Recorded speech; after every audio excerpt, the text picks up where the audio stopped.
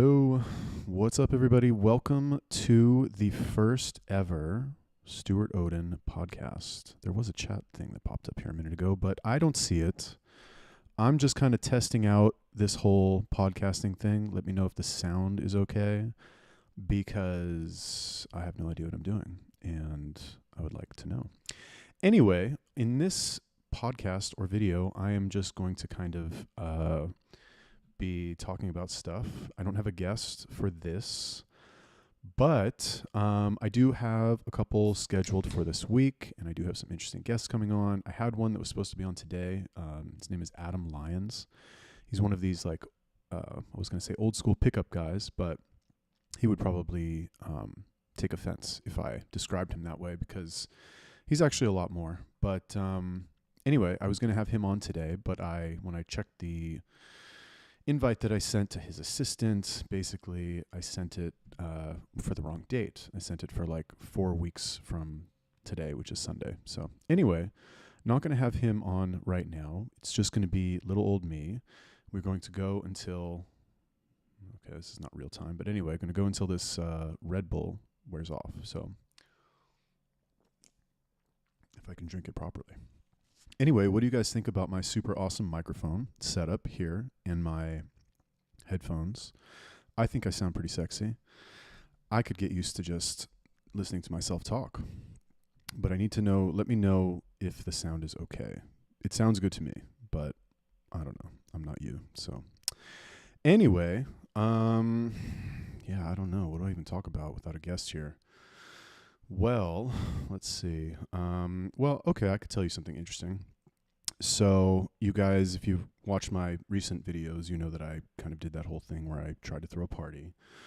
So basically, like, I pimped out my Instagram for about a month or two while I was in Miami. And my goal, right, I joined this, like, coaching program where they help you, like, build a social life. And a lot of it is through Instagram, right? So basically what you're supposed to do, I'm condensing this into, like, very practical, like, autism language to save time. But basically what you're supposed to do is to make yourself look really cool on Instagram, so that when you, God, this is going to sound so bad, when you reach out to girls who use Instagram a lot and are, arguably, like, slightly more superficial than your average individual, they look at that and they're like, ooh, he's like a really cool guy. Like, let me, like, respond to his messages and watch his stories, because he seems like he has an interesting life and he's on my radar, kind of thing. So believe it or not, having good pictures on your Instagram actually does this. I've noticed since I started adding good pictures that, like, girls just, like, respond to me a lot more. Even if the other pictures that I used to have maybe made me look a little bit better, like, let's say, like, I was super ripped and I took a picture, like a gym selfie, for example, that's technically a better picture of me. But the way that I was kind of instructed in this program is I was given two really good pieces of advice for taking good Instagram-worthy photos of myself to put on my grid. The first piece of advice was that it needs to be a good picture. It would need to be a good picture even if I was not in the picture, right? So, like, if you look at my Instagram, you'll see that I have a lot of pictures that I think are staged very well. And it's not an easy thing to do. You have to go and, like, look for the right location and, do, like, this kind of thing where you hold up your fingers like that. Or you could just look through your phone, which is another option. But anyway, yeah, so that's the first thing, is you have to stage the picture. Like, it has to be a good picture even without you in it, right? Which is, if you look at, like, most of the content that's posted on Instagram, it's basically like hot girls looking hot, right? That's kind of the rule when it comes to, like, taking quote unquote good pictures on Instagram. But with this, you're actually supposed to take a good picture and you just kind of insert yourself into the photo and benefit from the coolness of that photo, if that makes sense. So that was the first one. Now, the second piece of good information that I was given is that if let's say you were to break the photo up into a grid of 9 squares, right? Like 2 lines, like 3 boxes on top, right? And then 3 going vertically. your body, right? You in the photo should only take up between 1 to 2 of those squares, right? Now, like, it's not a hard and fast rule. It's like a general guideline. Like, okay, if you're taking up 2.5 squares, like, is it going to be a bad picture? No, probably not. But you should shoot for between 1 to 2 squares. And what that will do is that will kind of make it so that it's much, I don't know, it's much easier to take a photo that's been staged well, if that makes sense. So anyway, ever since I started doing that and I started getting into this whole thing, I noticed that I got, things were a little easier for me on Instagram. Like, I got a little bit better engagement from girls that I had known, or had met. And also I was able to use those pictures for my online dating profile, which definitely helped for sure. Like, if you're a guy and you do online dating, you got to take some professional pictures, right? You can be like the best looking guy in the world, but if you don't have pictures that show that are good pictures, like that are showing you doing cool things, it's not going to help you, right? You like, let's take a situation where you have a guy who's like super good looking and he's taking a gym selfie. He's going to do less well. I mean, okay, maybe if it's not like an extreme situation, he's like, best looking guy in the world. But you compare that to a guy who's like normal looking, but it's a really good picture. I would argue that the guy who's normal looking with the good picture is going to do better on Tinder. That's my argument. I base that obviously on no scientific facts at all, but it's my podcast, so I can do whatever I want. This is going well.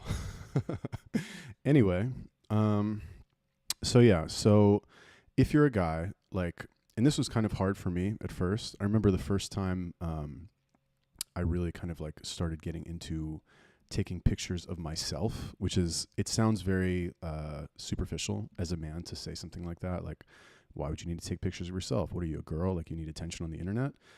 But the reality of the situation is that, like, if you have a good picture of yourself, you're going to use that shit a lot. Like, you're going to put it, for work, you might use it. You might use it on your online dating profile. You might put it on your Instagram. People are going to show that picture to other people when they're talking about you, even without you being there. And if you have a good picture, like, people are always going to try and show the best picture of somebody to somebody else when they're talking about them. So that shit comes in super handy. And it's, especially if you're like a guy who, like, you're into fitness and you take good care of your body, if you don't have good pictures of yourself when you're in like peak physical condition, you've kind of wasted that moment. Like, I regret, oh man, I think of like the level of fitness that I've been in over the years, and there's just no proof, I do have like some older YouTube videos, I guess, where I'm like juggling in a park or something, but the quality is really bad. And it's like, what am I fucking, like, who cares? I'm juggling, it's retarded. So anyway, when I first started getting into it, it was a little awkward for me. I was working fairs. This was last year. I was working the Delaware State Fair, I think. And it was brutal, right? We had to drive an hour each way. It's like, I had to walk uphill in the snow 10 minutes each way. No, but we actually had to drive an hour each way to get there. We're doing 11-hour days. There's no air conditioning in our building. It was like 100 degrees outside. And after that, I was like, okay, I need a vacation. So I took a 10-day trip to Mexico, to Playa del Carmen. And I was like, this was my plan. This is how I thought it would be a good use of my time. I was like, I'm going to take these 2 weeks. Maybe it was 2 weeks. Maybe it wasn't 10 days. I'm going to take these 2 weeks and I'm going to take 50 milligrams of Anavar per day. And I'm going to try and like get photo shoot ready by the end of the 14 days and like take at least a couple good pictures of me, like looking ripped on the beach. And I actually did. Fair, and like, give myself credit where it's due. The oldest, I would say, if you look at my Instagram and you scroll all the way to the bottom, the one picture where I'm like looking off camera and I have my shirt off, that was taken during the end of that trip in Mexico. And it's not like I was in bad shape before that, but 50 milligrams of Anavar every single day for 2 weeks. Plus I was working out like a beast, and I think I fasted for the last day. So like, it does take work to get a collection of pictures that make you look good. But I would argue that once you have like 25 to 30, you can kind of focus on other aspects of everything, if that makes sense. I forgot why I was talking about this, why I got on this topic. I don't know. Anyway, so I joined this program. I don't know if you guys have heard of Michael Sartain, but like he is what I would call RSD adjacent, right? RSD, of course, as the dating company, doesn't really exist anymore. But I can't believe I have to like tell you who RSD was. But anyway, they were like the leaders in teaching pickup for almost 20 years. And then one day they just kind of like decided to stop teaching pickup and completely went into some other niche of like trauma release, essentially. So I know they had their reasons for it. I know why they did it, because they were worried. It was like right around the whole like Me Too movement thing that started to get like a little hysterical. And these guys, like, they had a lot of content that could have appeared to be objectionable if you're looking at it through the like Me Too frame.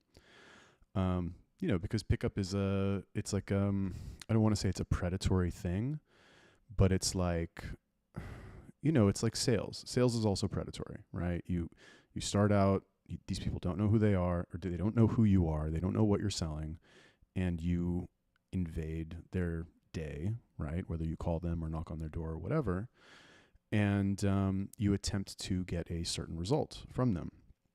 So, could make the argument like, oh, if a girl's interested in you, then she'll talk to you or something like that. So anyway, the reason I like give this whole disclaimer is because there's a lot of like controversy about RSD, and if he heard that I had called him RSD adjacent, he'd be like, oh no, I'm not affiliated with them, whatever. But like, that's how a lot of people know about him. That's because these guys were like everywhere. They were all over YouTube. They were all over Instagram. If you were interested in pickup, if you read the game at all, like, you knew who RSD was. You knew who Tyler Durden was. You know what I'm saying? It's not like, because they were not like unknown. So anyway, I only say that to give credit where it is due. But Michael's whole thing is that, like, I gotta turn this shit off. So his whole thing is like a social circle game. So basically, it's this whole kind of, it's essentially like establishing something called pre-selection, where you show that you're already attractive to other women, and then other women will think you're attractive, right? Like, they've done studies on animals. I think that it was on finches or something, where they took like a male finch and they just kind of like put him around some female finches, and some of them thought, went over to like mate with him or whatever. But then when they put him around other female finches, even when they were like stuffed animals, the effect was way more pronounced. And they say that, like, in the dating world, if women know that you're attractive to other women, then they'll be more attracted to you also. So that's like his whole thing. And his whole thing is basically using social media to cause that effect, right? To show that about yourself. And the way that you do that is you get the good pictures, and then you use like the good profile on Instagram. I'm making it sound really transactional. It's like, he puts it a lot better than I do. But essentially that's what you do, is you use the good Instagram to show attractive women that, like, you get it, that you understand the social capital that's involved with looking cool on Instagram and getting likes and getting comments. Like, it sounds kind of alien to you probably if you're not already into this kind of thing. But this is actually like how people think. This is how like young attractive girls think. This is just, it's the world we live in today. And if you want to be a boomer who like rejects this kind of thing, like, well, back in the day we didn't have social media, we didn't have to do all this, we talked to people face to face, and it's like, okay, great, but we're not back in the day anymore. It's 2022. And if you're not getting likes on social media, like, do you even exist? I know that sounds really bad, and I almost can't believe I'm saying that, but like, at the end of the day, it's about getting a result. You know what I mean? Like, if something else got the result, we would do that something else. But this is what gets the result. It's not the only way to get the result, but it's the method that this person teaches who's like really good at it. So anyway, that's why I like tried to put together this whole party thing, which failed miserably, to be fair, but I tried. It was my first one. We'll move to photo shoots in the future because those are just much easier. Man, I kind of wish I had a guest on so I could like talk to somebody else. But hey, it is what it is. Another thing that I started doing recently is that I started doing cold approach pickup again. One of the reasons why I'm like talking about dating and this kind of thing so much is because I feel like this is one area of my life personally that I don't want to say needs the most improvement. I could probably use a little bit more money, to be honest with you, like a little bit more professional help. But I feel like the money thing is like it's on its way to being handled because of this new job that I have, right? Like the money's just like absolutely retarded. You know, you can make 6 figures in 6 months and it's not particularly hard. So it's kind of like at the point where I'm like, all right, fitness, like I got that down, you know, it's kind of, I don't even need to think about it anymore. And then the money thing is basically being handled. So one area that I feel like I've been neglecting for a long time is my dating life. So when I came to Minneapolis, my goal was like, okay, like I got to pick it up here. You know, I got to like go on dates and sleep with girls and all that thing. I got to like put some more notches on the bedpost because it's been a while since I put some notches on the bedpost. So that's one of the reasons why I like got more into, I guess, getting more involved in this program that I joined. But the issue that I have with Social Circle Game, as it's called, is that it doesn't, like, what's the problem is that, like, okay, let's say you plan an event and have to plan it 3 to 4 weeks out. What are you supposed to do in between those 3 to 4 weeks? You know what I mean? That's a question that like I haven't been able to have answered satisfactorily by people who are in the program. And the answers that I do get are some variation of like, oh, well, other people that you meet, you can like, you know, invite them to weekly events. And it's like, well, where are you supposed to meet these people? So like, it already assumes, because the whole thing about historically like learning pickup, let's call it, is essentially like learning how to get other people to think that you're a normal person and not some like autistic weirdo who like has no social life and just like works and plays video games and works out, which unfortunately is like a very large percentage of the male population, I would say. Like we try to compete on money, we try to compete on looks. Nobody really puts their reputation at risk by approaching girls or by going out a lot. Like if you're over 30 years old, do you go out? Like, do you ever go out on the weekends? Do you go out every weekend to like meet people? No, probably not. If you're like most people over 30, you probably work your like 40 to 50 hour work week. On Friday, you know, you go home, you start watching TV. Saturday, maybe you like go to the mall or something. Occasionally, maybe you like go to a bar to watch some kind of sports game or something like that. But most people over 30, single or not, do not have any kind of social life whatsoever. So, and everybody pretends that they do, which is really weird. You know, people are very likely to admit that they're broke, right? That's socially acceptable, you could say, to admit that you're broke. It's socially acceptable to admit that you're like fat and need to lose weight. But for some reason, at least in my opinion, a lot of people are very hesitant to admit that they need help with social interactions. Personally, I don't mind to admit that. I mean, it's pretty embarrassing. I'm not going to lie. Like, I'd rather admit those other two things as well. But, you know, I have a history of like making content, putting it online, and talking about how I solved other problems that I had in the past with like OMAD and working out and blah, blah, blah. So I feel like it would be incongruent of me to not talk about that like in my own, for this other subject as well, if that makes sense. And I think there's no, you know, pickup gets a bad reputation now because there's a lot of people that do it poorly, and done poorly, it gives it like a really, it leaves a bad taste in people's mouths because it's like, why is this creepy person with like bad breath and, you know, baggy sweatpants like coming over to me and fucking asking me some stupid question? Like, what are you, a pickup artist? Like, get out of here. Is that a line? But once you get past that awkward phase, And once you, clean yourself up a little bit and you take care of like basic grooming and fashion and things like that, you'd be surprised how easy it is to get to the point where you're actually pretty good, to where the people that you approach are like, oh, you do this all the time, don't you? So like, anyway, like I said, this is something that I started doing again recently as well. Another sip really quick. So just check one thing. All right. So, like I said, when I moved to Minneapolis, I was like, gotta get the job going first. Fine. Gotta like get my workout schedule in, like get that handled. Sure.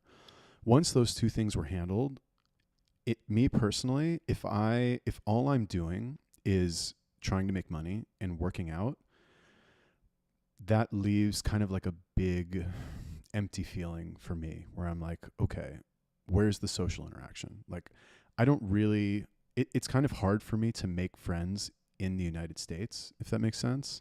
If I go to another country, like if I go to Israel, for example, Tel Aviv's a very small city. Everybody knows each other. The nightlife scene or the cafe scene, you can go and you can talk to people casually. There's tons of Americans there. There's tons of Europeans there. Tons of people go there to travel, like in the summertime. They're the beach culture. It's a very easy place to meet people. You compare that to a city like Minneapolis, where a lot of the people who live here, like very few people move to Minneapolis for any reason at all. The people who live here, they grew up here. So you have to like penetrate these groups of people that have been friends with each other since they grew up here in the same city. It's not the same. You know what I mean? When you travel, when I was in Thailand, when I was in Australia, like it was super easy for me to make friends. Way easier, because you're all in a hostel together. You go out all the time. Like you're all 12 people in a room. It's just much easier. So like the friend thing, I'm okay with that. I'm okay with not having a lot of friends in whatever city I happen to be in at the time. Like I have my one friend from work who's like my supervisor. If I really like need to talk to somebody, I'll talk to him. I have friends all over the world from where I've met. And like if I have a need to talk to them, I'll talk to them. But girls have one thing that my friend does not have. And well, two things actually. Well, three, I guess, technically, if you think about it like that. And if I don't have those things and I know that I could, then I start to hate myself a little bit for not having them. Right? They say that like, once you learn that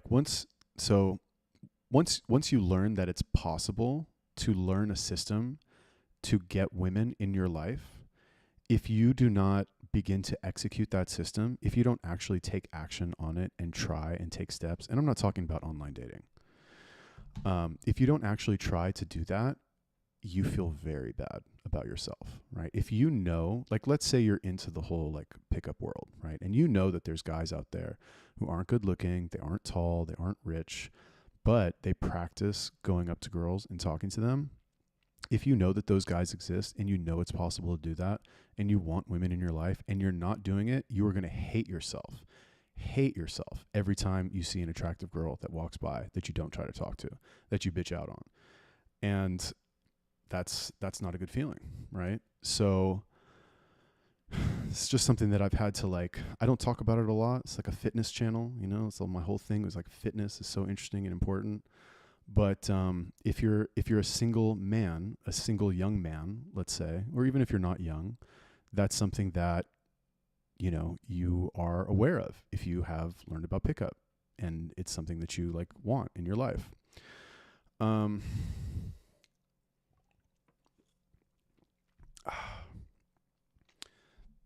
And online dating doesn't count. I'm sorry, but it doesn't count. It's like the problem with online dating, no offense to any girls who use online dating or guys for that matter, but there's a couple problems with online dating. Number one is the quality of girls that you meet through online dating is going to be a little bit lower than the ones that you meet in real life. For the very simple reason that the hottest girls don't need to use apps to meet guys. They just have tons of guys in their life already because they're hot. You know, they get approached more, they meet more guys, you know, organically, let's say. So they don't need to get on an app to like meet a guy. That's number one. Number two, the apps are like really like a numbers game. Like I've gotten so many matches. I mean, not like so many matches, but I've gotten a fair amount of matches, and very few of them actually turn into dates. You know, like it's hard. Like you got to match, you got to send a good opener that she likes, you got to keep the conversation going. You got to pin her down to make plans. She's got to show up for the plans and not flake on you. So like it's not, and then even after all that, she's, no offense again, she's probably not going to be as attractive as like that hot girl at the gym, you know, who you stare at nonstop and like don't approach. So there's definitely the case to be made for learning to approach girls in public. Like I can tell you the ones that I have approached are not only like, in my opinion, better looking, but the leads are much more solid, right? Like if I grab my balls and like put away my fear and go and approach some girl with intent, wherever it is, and she's interested at all, and I get her number, she's going to reply to my text. Like I'm like way more ahead of where I would be in the same interaction if we like matched on Tinder and tried to like message that way. It's a much more solid lead. So once you think of it like that, and once you get over your initial anxiety of like going and approaching, which never really like 100% goes away, so I've heard, I'm not like that deep into it, so you know I can't comment on that. But I can see it like starting to go away a little bit. Like I'll give you an example. So you know, I'll just tell you a story, I guess. So like all the shit that I talked about online dating, it's not like I don't use Tinder anymore. Like I still use it. So I matched with this girl on Tinder like a month ago or something, and we started chatting, got her number, and then she was like taking a really long time to reply to my texts, right? And then it's like, I'm like, hey, do you want to hang out? We made plans, and she flaked on me, and I was freaking pissed, man. I was so pissed off. But she was very cute for an online dating girl, and I still wanted to see her because I felt like we had a good conversation, kind of got my hopes up a little bit. So I was like, okay, no problem. Like, let's figure it out. And she's like, listen, I'm about to go on vacation for 2 weeks, so I'm not going to be around. I still want to hang out with you. If you're going to be around, like if you still want to see me in 2 weeks when I get back, let me know. We'll make it happen. So I'm like, okay, we'll give her one more chance, which I don't really do like an online dating because it's so, you know, you get so many leads. I mean, like not so many leads, but like you can get match. Like there's always new people. You know what I mean? But I was like, okay, we'll give her a chance. So a couple weeks go by, and I reach out to her again, and we hang out, and it's great, it's amazing, sparks fly, there's magic everywhere, blah blah blah. And like maybe 2 days later, like I text her again. I'm like, hey, do you want to like hang out on this day this week? And she's like, oh, actually this week I'm really busy, I can't hang out, but we can hang out next week. So I'm thinking to myself like, fuck. The only girl that I have that I'm dating, because one of my goals is to date multiple women at once. That's like one of my goals for my dating life. I mean, regardless of what you think of that, like that's what I want for myself. So sorry, mom. Like, don't know if I'm going to be like wifing up any girls and having kids anytime soon, but you never know. Anyway, that's one of my goals. But I'm thinking to myself, damn, okay, this girl that I met, that I liked, that I had a good time with, she can't see me for another 8 days. So like, what am I supposed to do for the next 8 days? Am I just supposed to like mindlessly swipe on Tinder and hope that I get a match and I'm able to like turn that into a date? That's so passive. You know what I mean? It's so, it's just so inefficient time-wise. And not only is it inefficient time-wise, like, okay, so on one side of the spectrum, you have like swipe on Tinder, right? And then on the other side, okay, the social circle game. Well, I'm not going to plan an event for like 4 days from now and invite 500 girls from Instagram and have like 2 of them show up. I mean, I guess I could do that, But that also seems like a lot of work for a not very high reward, because like the common wisdom is you're supposed to plan 3 weeks out and message. Apparently it's not 1,000 girls. Apparently it's 4,000 girls, which is something that I was made aware of after I explained my disaster party to somebody else. They're like, oh no, it's not 1,000, it's 4,000. Anyway, so on one side you have those two options where it's like, okay, you can, message a bunch of girls and hope one of them shows up to like meet you in person. Or I can literally just like leave my house on Friday night. I can go to the bar down the street and I can talk to some of the girls there and see if any of them are interested, right? So I had this dilemma this week where I was like, fuck, okay, like I don't, and my motivation for doing this was not necessarily like that I wanted to get laid. This is probably not a good motivation, but it was more like, okay, I have this one girl available now who's down to see me. If I don't see another girl again before I see her, then I might begin to like get a little bit too attached to her, if that makes sense. This is what I'm worrying about for myself. And that's not like, I don't do well in those situations where, I get like one-itis as it's called, or where I only have one girl in my life. I don't know. Is there a word for that? Girlfriend, but not really girlfriend because she's not my girlfriend. Anyway, I wanted to avoid that. So I was like, okay, I have to actually go out and I have to actually like at least try to talk to girls.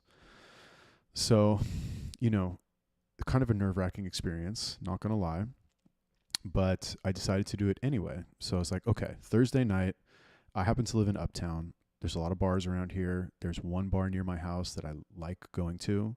It's a barcade technically. So there's like, they have video games there, and it's just a very kind of chill crowd. It's very relaxed. Like it's not, well, usually the people there are not, stuck up or anything like that. So I go there on Thursday night.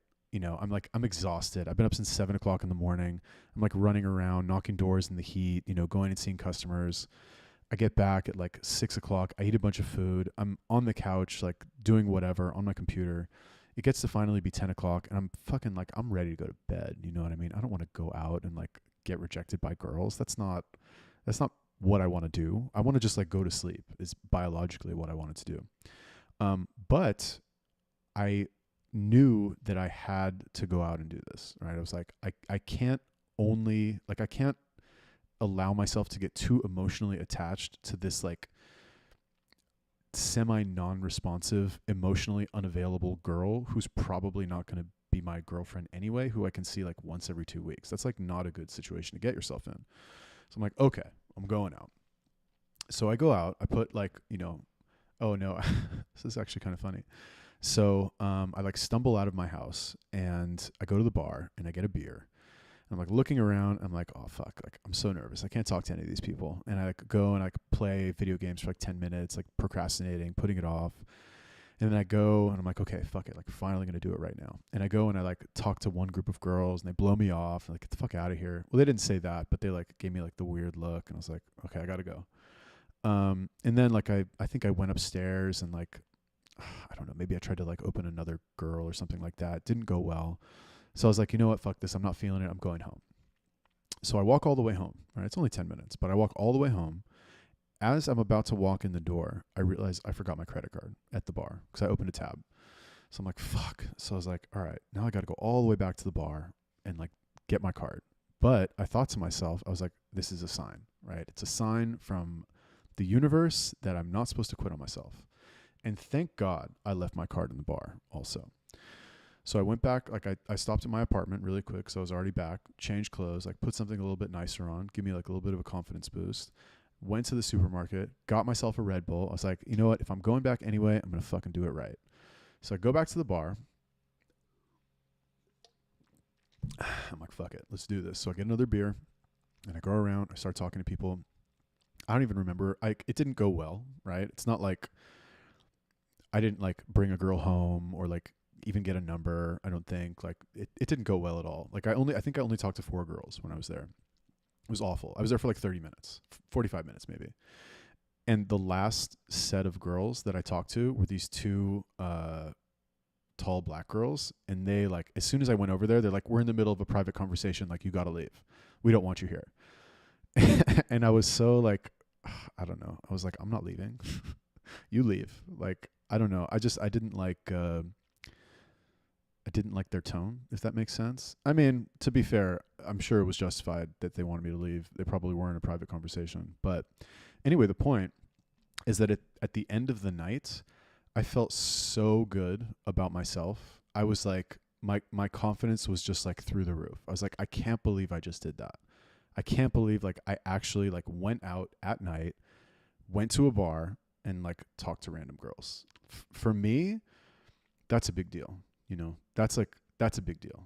I think I have a lot of respect for guys that do that. I have a ton of respect for like the cold approach guys, because it's something that takes so much balls that so few guys are willing to do, that if I see that a guy is willing to do that, whether or not he's like into the like pickup or not, or if he just does it naturally, mad respect for people that do that. Like, I can't even describe, like, more respect for people like that than many other types of people that traditionally get respect. So anyway, I felt great about myself. I was like, I fucking did it, you know? So anyway, I go home and I'm thinking to myself, okay, objectively, that was pretty bad, right? None of them really seemed to want to talk to me. I was kind of awkward. I was super nervous the whole time when I was talking to all of them. I didn't know what to say. I was like all over the place. So I was like, okay, well, I got to go do it again tomorrow, you know? So I wake up the next day and I'm like, I go to the gym and I go to work and I'm like doing all this shit. And in my mind, I'm just thinking to myself, fuck, like, I got to go out and I got to do it again tonight. You know, it's like, it's got to happen again.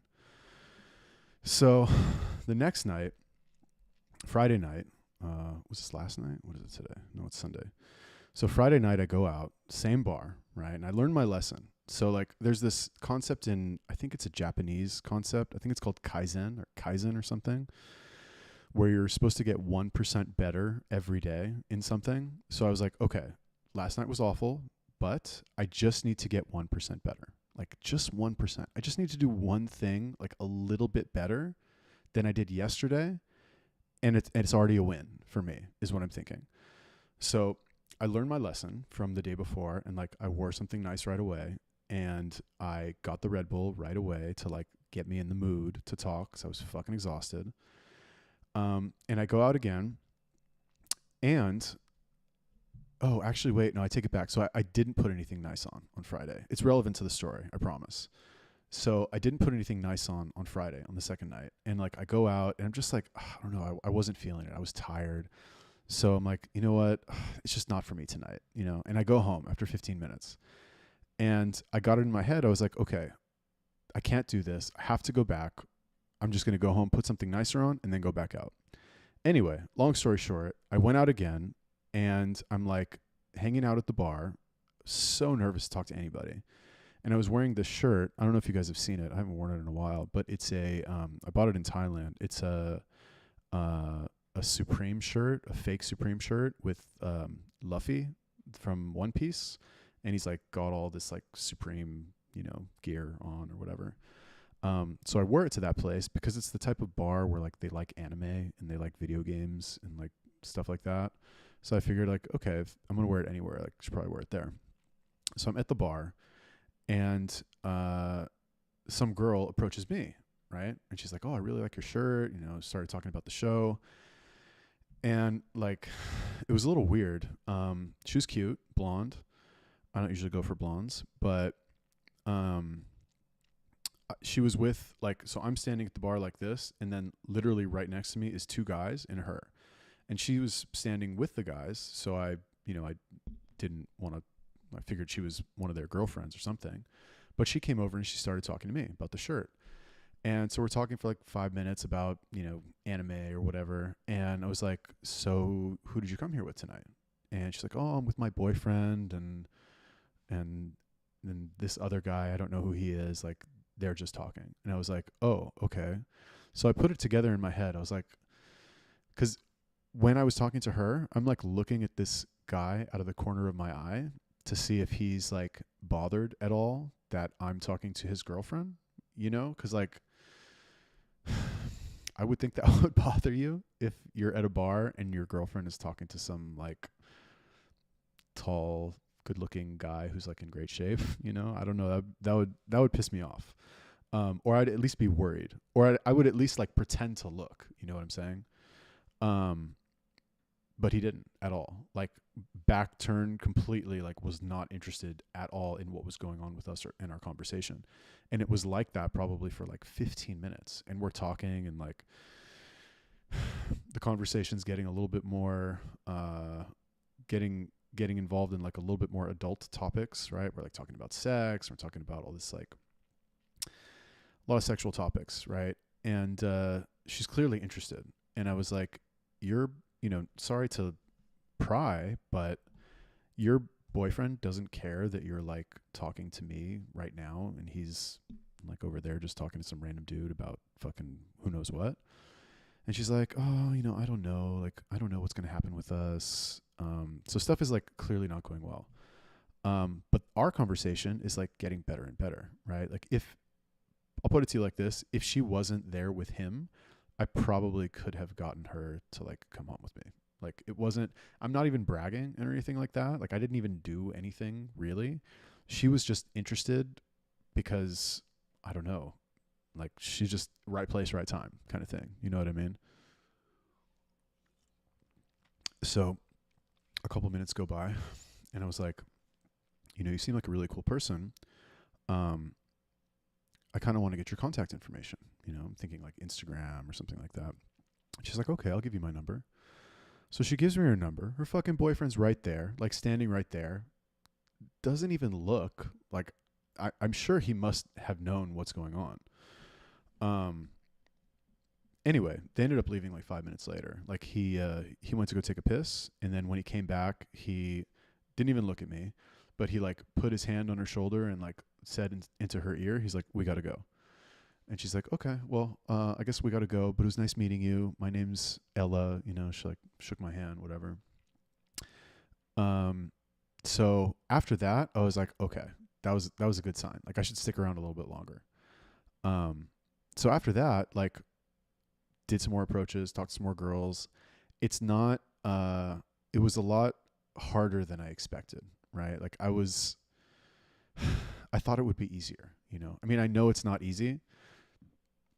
You know, doing the approach is not easy, but like everything that comes after that is also not easy. You know, there's levels to this shit. But I was like, okay, tonight my like getting 1% better is going to be, because the first night I did 4 approaches. So I was like, okay, tonight I'm going to do 5. And after I do the approach, I'm going to establish what's called premise. I'm sorry I'm like nerding out on all this stuff. I know you guys are probably like, talk about the snake diet. When are you going to talk about the snake diet? Never. Never again. Unless I have snake diet guy on, then maybe I'll talk about it. But don't get your hopes up. Eat chicken. You'll be fine. I'd be down to talk about steroids, though. If you guys know anybody who's like into performance enhancing drugs who wants to talk about that, I would definitely be down to talk about that. But like, anyway, so my 1% better was doing 5 approaches and establishing premise, right? So like, a lot of the problem with, you know, let's say for whatever reason you're getting into a lot of conversations with girls, but they're not going anywhere.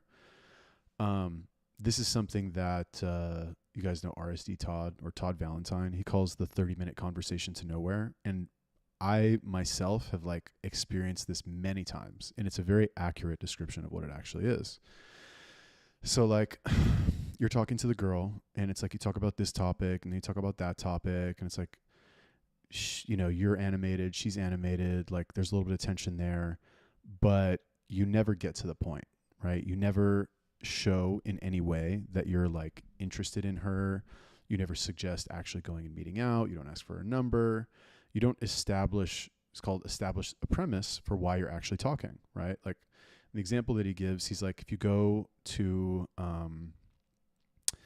well, I can give you an example, right? From my previous job, right? Where I used to sell hair straighteners. It's like, if I approach somebody at the mall who walks by and I just say, hey, what's up? How's it going? And they say, you know, good. And I'm, well, great weather we have today, right? And it's like, if I talk about all of these things other than come over here, let me show you this hair straightener that I want you to buy, They're like, why are you just talking to me about all these random things? Like, what's the point of this conversation?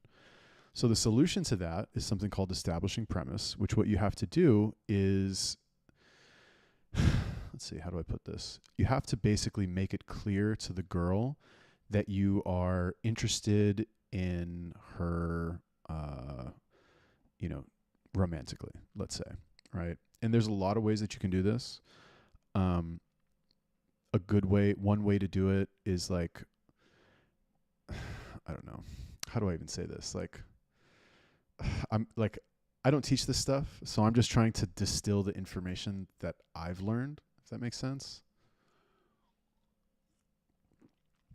So basically, like, let's say you're talking to a girl and she says something, whatever, and you're like in a conversation. If she says something and you like don't like it, or you like tease her by disapproving of it, you'd say like, oh my God, I can't believe you just said that. Like, I was thinking about making you my girlfriend, but like now I'm gonna change my mind. Like the fact that you said that, I'm sorry, like you have no chance with me now. Like it's pretty much over. The fact that you brought that up at all, you mentioned that the possible dynamic between the two of you might be romantic, let's say, that is enough for her to be like, oh, okay, he's interested, right? And then once you, like, it just makes more sense for you to ask for the contact information after that, if that makes sense. It prevents the conversation from going stale. It's like once you do that, you've kind of let her know that it's on. You know what I mean? As opposed to you just being like a friendly, like neutral, sexless conversation maker, if that makes sense. So that was my goal. I was like, okay, instead of 4 opens, it's going to be 5 opens, and I'm going to try and establish premise with the conversations that seem to be going well. So I did, and I stayed out for, I think I went home, I don't know, I might have gone home at like 1 o'clock. I was tired, and like none of the sets that I had done like really went that well, other than that one girl like with a boyfriend who was honestly probably just talking to me to piss off her boyfriend or to like get back at him. But still, it was a good conversation, and I counted it as a win, even though, you know, I wasn't the one that like approached her. She was the one that approached me, but still, like, it was a good interaction, and I did establish premise in that conversation, move the conversation sexual. Like, I saw it as a win. 'Cause I did, like, it wasn't an accident that I did those things. So anyway, the next day, you know, I'm still in my conundrum where I just need to like hook up with another girl before I see this one girl who I'm supposed to see like 8 days after she told me, you know, I invited her out. So the next day I'm at the gym, right? And I go to like a 9:30 yoga class on Saturday and Sunday. This mic, I need to fucking figure out this mic. It's not. Okay, so anyway, I go to a 9:30 yoga class on Saturday and Sunday. It's a 75-minute class, and it's really good. So I go, like, before you go into the yoga studio, there's this kind of like foyer, whatever it's called, foyer. It's this room before the yoga studios that you go in. And as I'm walking in there, the people from the previous class are walking out, and I see this one girl, and she's like short, thick, but like in the right places kind of thing. She's wearing this like low cut fucking sports bra with her boobies sticking out. And I was just like, oh, damn. I did one of these. I was like, oh, shit. And like, I was a couple minutes early to the yoga class. And before I go in, I was like, fuck it. Let's just go fucking try. You know what I mean? So the gym that I go to, they have this like seating area outside.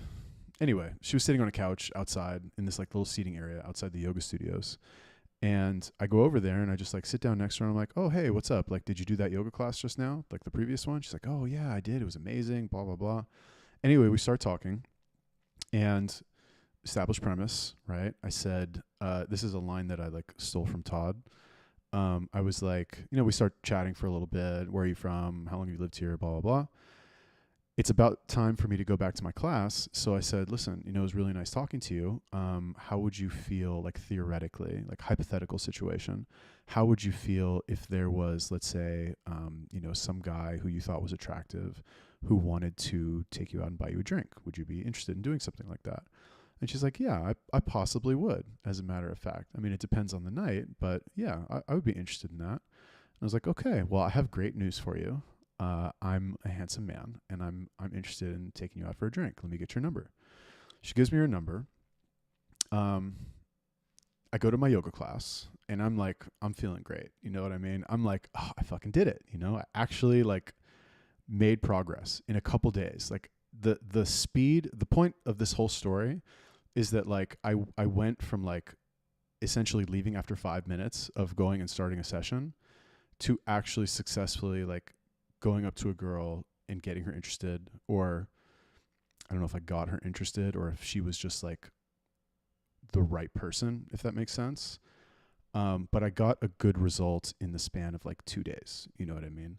For me, it's like, it seems like very fast progress. Like you would think somebody who doesn't, I mean, I guess I have a little experience from my sales background and everything, and it's not like I've never approached girls before, but to make that much progress in such a short amount of time was very exciting to me. So I go to my yoga class and I do the class, and after I do the class, sometimes what I like to do is I like to go upstairs to the weight room. It's a really nice weight room, and on the weekends, like I sound like such a freaking sex addict, don't I? This gym in particular has a lot of like really beautiful girls walking around in like tight little booty shorts with their sports bras. I swear to God, they're just like, they just go there just to be stared at, and do their like one-legged deadlifts. So anyway, I'm like up there just kind of messing around, stretching, whatever. And there's this blonde girl, and like I said, I don't go for blonde girls usually, but there's this blonde girl. She's kind of tall, and she has like the most perfect body you've ever seen. Like skinny, like her back went like this, like her back goes in, her ass goes out like that, but like skinny legs, beautiful face. And this is the type of girl where like when she walks by, you're just like, you get blue screened. You're like, oh, like no thoughts going through your head. You're just like, girl, want girl.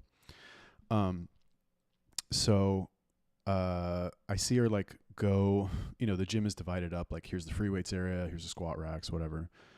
So I see her like kind of like hover on the end of the free weights area and just kind of like looking, you know, to see what's going on, because it was pretty crowded on Saturday afternoon. So she like looks there for a second, and I was like, okay, I'm gonna do it. I'm gonna approach a girl at the gym, like in the middle of everybody. I'm just gonna fucking do it. I don't care. So I take like one step over there, and all of a sudden she turns around and she starts walking towards me, or like walking in my direction. And I wave her down, and I say, what did I say? I was like, you have this look on your face. She pulls out her headphones, and I was like, you have this look on your face, like you're here, but you don't really want to work out, and you're like forcing yourself to like go do that workout. She's like, oh my God, I know. I was like waiting for the bench press, but it wasn't available. So now I'm like, fuck it. Do I even want to work out? So anyway, it kicks off this like whole conversation, and she's super down, right? She's just like pupils like this. She's like not twitching nervously, but like she couldn't get a comfortable like body language position, if that makes sense. I don't know how to describe it. If you're like, you know, you stand with your arms crossed, and then you kind of put your arms to your side, and then you like change your foot position as you're talking to somebody. It's a sign that you're kind of nervous, right? I wasn't like, you know, holding her against her will or anything, or like leaning against the wall like this. She was just, you know, nervous that I was talking to her, I guess. So anyway, we talked for like 30 minutes in the fucking middle of the gym, just like about whatever. I don't even know. She's 21 years old. First of all, I'm a fucking old ass boomer. She's 21, but she's super down. She does sales also. And, I was like, okay, I'm like thinking in my head, I'm like, fuck, okay, what do I do? How do I get this girl's number, essentially? So I was like, I used kind of the same line on her, if that makes sense. I was like, so hypothetical situation. Actually, what I said, this is a line that I stole from my hair straightener days, which was, how many boyfriends do you have? So this is a good line that you can use on girls if you want to know if they're in a relationship or if they have a boyfriend. Instead of asking like, oh, so do you have a boyfriend? Or are you seeing anybody right now? That's a kind of, it shows a little bit too much that you're interested, if that makes sense. So a better way to do that is you say, how many boyfriends do you have? Because number one, it's funny. It's unexpected. Usually girls get the joke. Some are like, why do you think I have a lot of boyfriends? You think I'm a slut? Is that what you're saying? They're just retarded. Sorry, there's just some girls out there who are retarded. But most of them, they get the joke.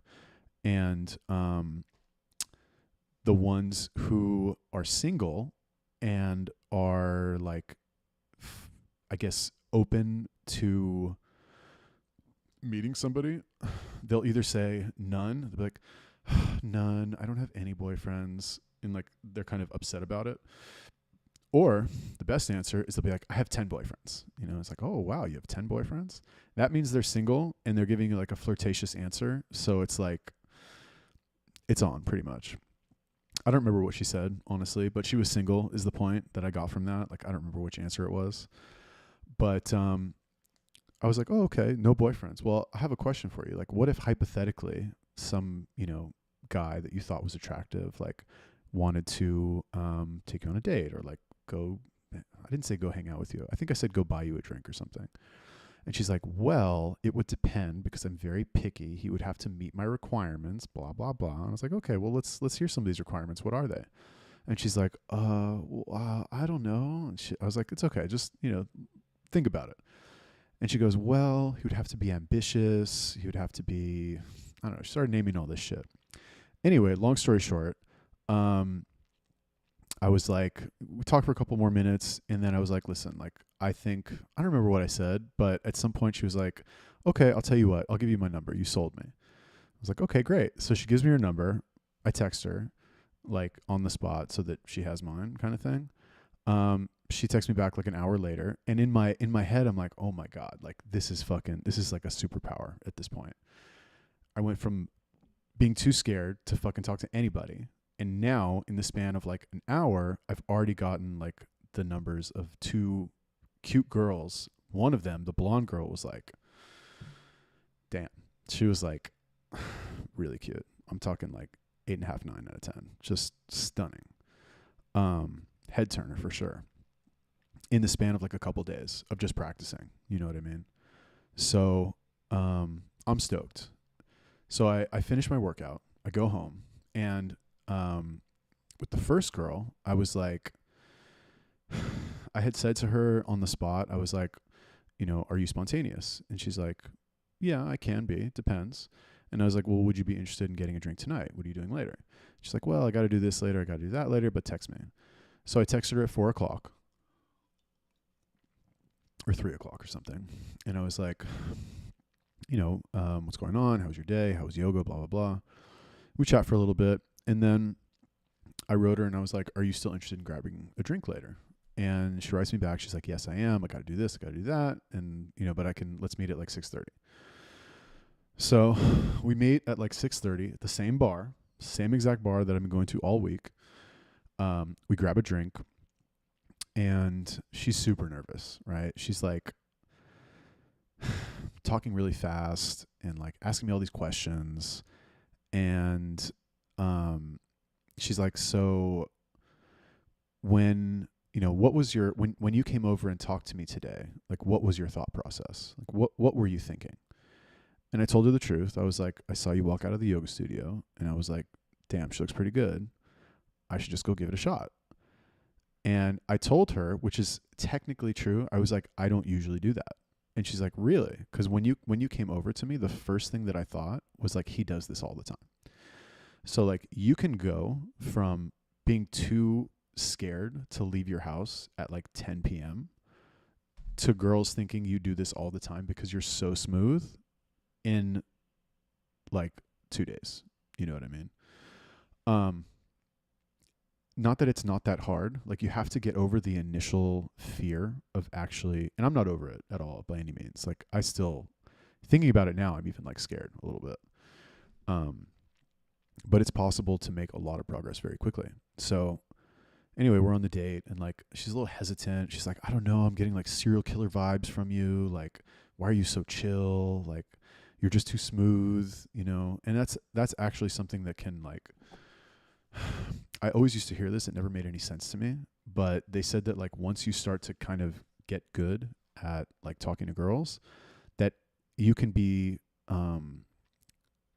so you can just kind of say the right thing every time, and that will set off an alarm. Similarly to how, like, if you say the wrong thing, like if you show that you're like, I don't know, it's called leveling, but like if you level yourself, if you say something that shows that you're like a low value person, like, I don't know, people are going to jump down my throat for using that term, but it's just the easiest way to describe it. But let's say you say the wrong thing, that's going to cause her to like not feel good around you.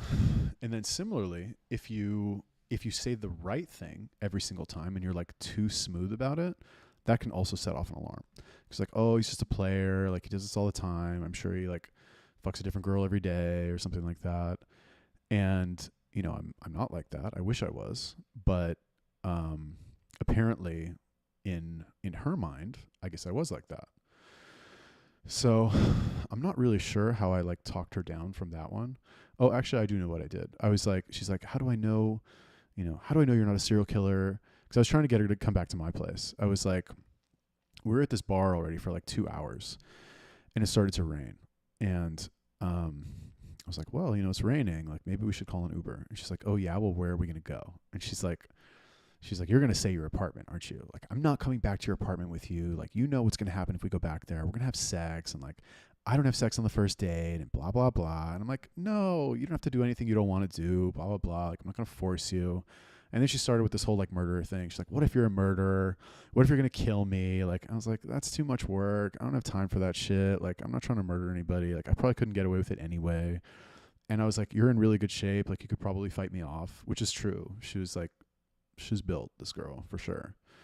So then she's like, I don't know. Like, so I was like, okay, how about this? I'll call my mom. I was like, do you want to talk to my mom? She's like, oh my God, don't call your mom.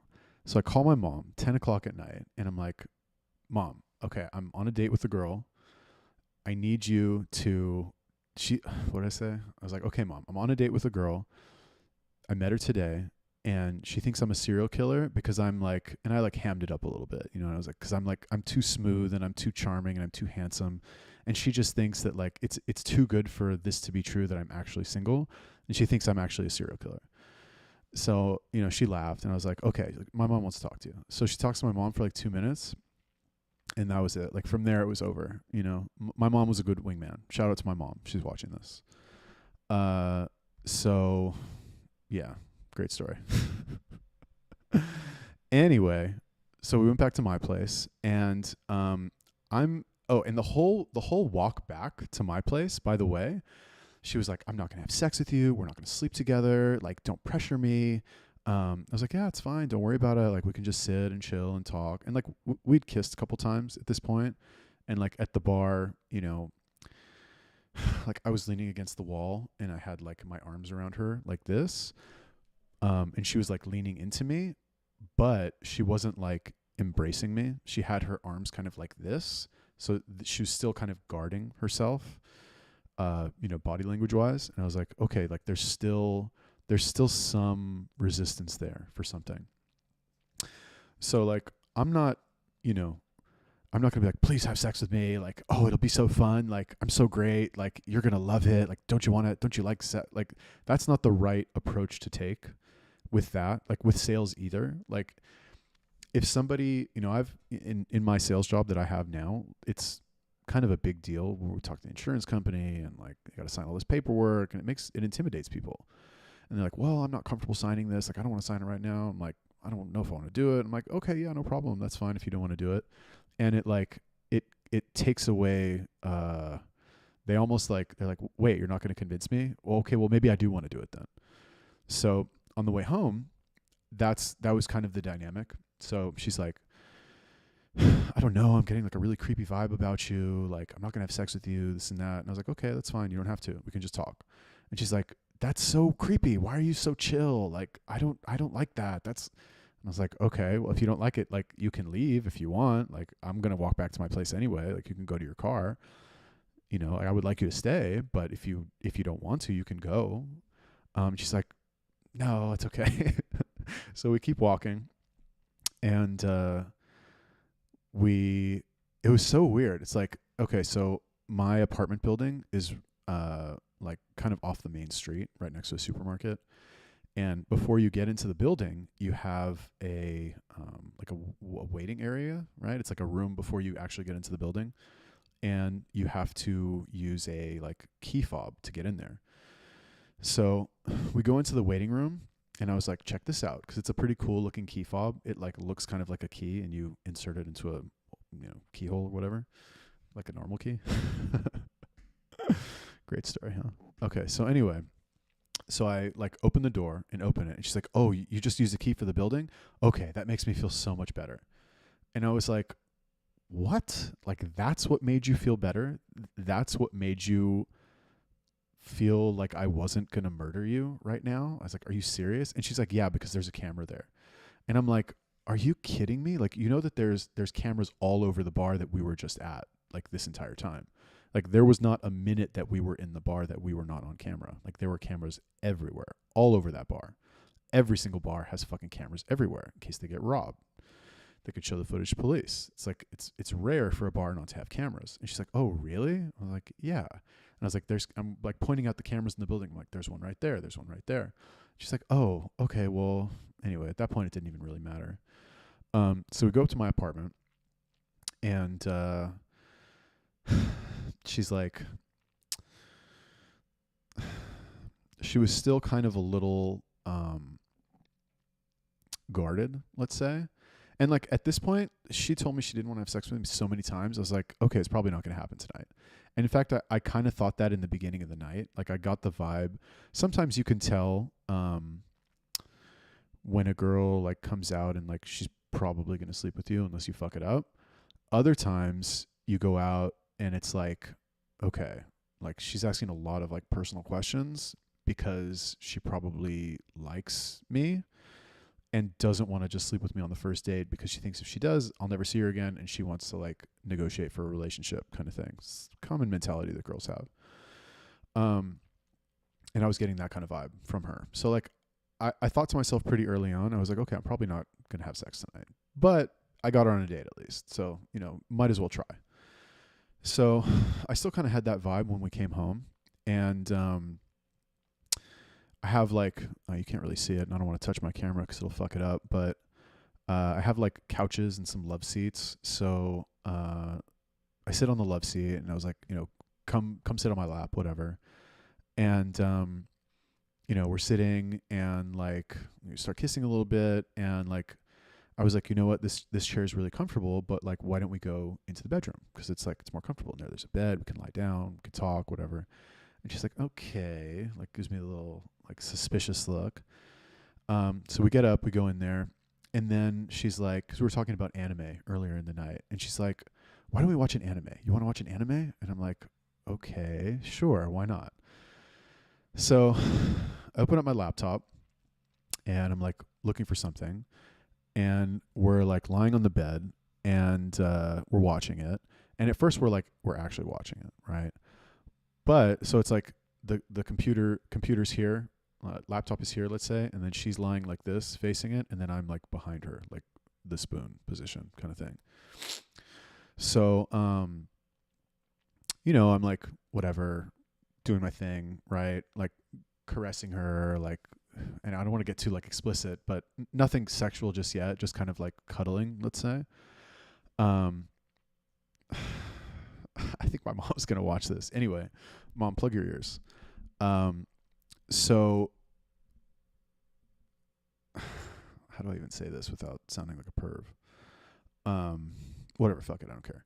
So basically, like, we're watching the show, and she's wearing shorts. So I reach my hand kind of like around the back of her shorts, like from her butt, and I kind of like look to feel like where her underwear are. And I realize that she's wearing like a fucking G-string. And I'm like, okay. Pro tip for any of the guys out there. If she's wearing a G-string, she came like ready to have sex with you. Like, girls don't wear that with jean shorts, because you could make the argument that one of the reasons to wear underwear like that is so that they don't show in like leggings, for example. But if you're wearing jean shorts, like that shit's not going to show anyway. Like, you have no reason to wear that kind of underwear unless you're trying to be like sexy for when somebody takes off your pants, right? it makes sense. And it's something that I've noticed as well. Like girls, if they wear sexy underwear, it's because they're thinking that you're probably going to see it because they're going to take off their pants. You know what I'm saying? So from there, I was like, oh, she actually came and like planned on having sex with me today. So from there, I just like took off her pants and we had sex and that was it. And I was like, oh, like, why am I like, I was like, I don't know. I guess I had to kind of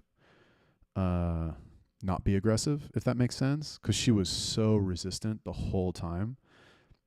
I mean, not really resistant, but like hesitant, I guess is probably a better word. And like you just got to play it cool, you know? You can't panic and be like, "Well, what do you mean? Like we're already here, you know, I don't know. I'll use a condom, please." You can't act like that. You have to just be like, "Okay, well whatever. You know, if you don't want to, you don't want to. That's fine. I'm not going to like force you to." So again, like I went from not being able to like leave my house past 10 o'clock to meet a girl at the gym at 10 a.m. on Saturday and bring her back to my place and sleep with her that same night, you know, with a gap of a couple hours in between. So that recent success has gotten me like, okay, I need to make this part of my life. You know what I'm saying? And it's something that I've wanted to get into for a long time. Like back when pickup wasn't this demonized like evil thing or this like low value behavior from the whole like red pill, black pill community, MGTOW, all that stuff. I'd always been interested in it because you had all these instructors and they all had different techniques, and it was like listening to wizards, you know what I mean? Listening to wizards teach you about how they use magic and like all these tips, and you're like not just magic, but it's like the type of magic that you're too scared to use. You're too scared to even try to use it. And here you have these experts just like talking for hours about like this crazy magic that they're using all the time. And you're like, someday I'm going to use that magic, you know, but you never do because you're fucking scared. And you're like, okay, well, I can't start using it now because I need to lose 5 pounds, or like, I can't start using it now because I don't have enough money to take a girl on a date, or like, I can't start using it now because I live in this area and I need to live in that area. It's like when I have all these conditions just right, then I'm going to do it. And that shit fucks you up because that day never comes. You know, you just got to fucking pull the trigger one day.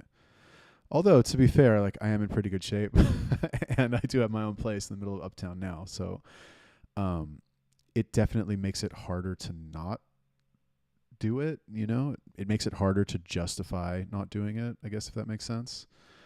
But like I've always been interested in it. And I waited so long, and I'm fucking 38. I'm almost 39 years old now. Like how many more years could I possibly do this? I mean, I didn't seem to run into any trouble with that 21-year-old. Like she was super into me. Like didn't ask me how old I was, didn't like make any jokes about how old I was, like at all. Like didn't even come up at all. Gave me her number, text me back right away, or like within like 20 minutes or whatever.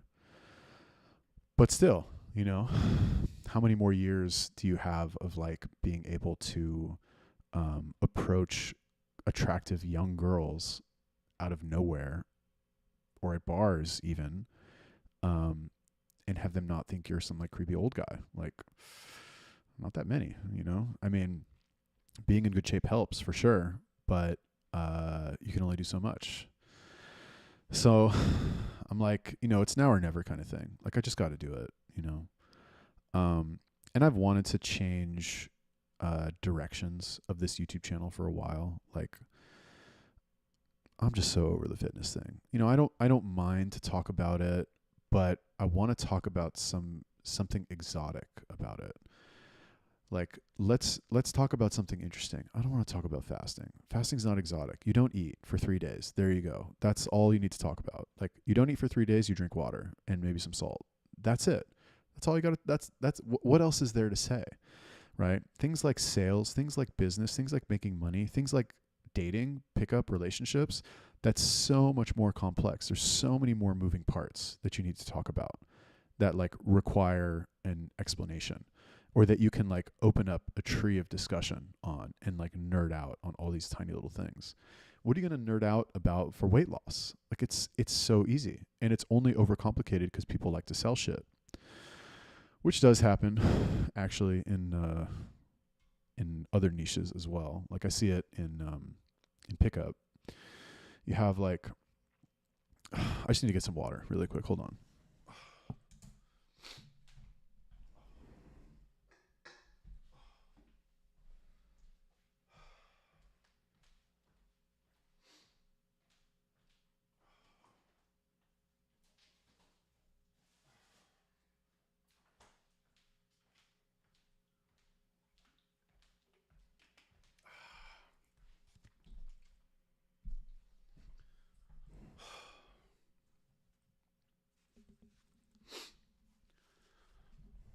Oh man, this is fun.